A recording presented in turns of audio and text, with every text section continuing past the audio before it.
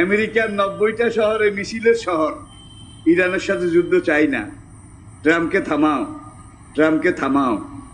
আমেরিকার পাবলিক তারাও বুঝেছে ইরান একমাত্র দেশ মুসলিম দুনিয়ায় যেই দেশ কোনোদিন কারো কাছে নথি স্বীকার করে নাই, ঠিক কিনা বলেন?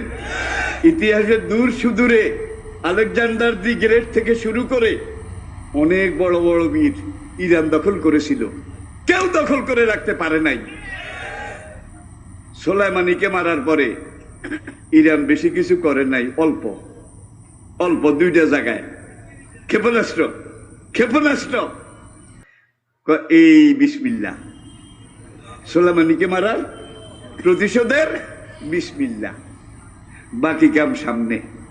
কয়েক শত কমান্ডো সেনা অফিসার যখন মারা গেল আমেরিকার, মারা যাওয়ার পরে যখন যুদ্ধ একটা অবস্থা হলো, পুরো আমেরিকার সংসদের সদস্য যারা তারা পর্যন্ত রেজুলেশন করেছে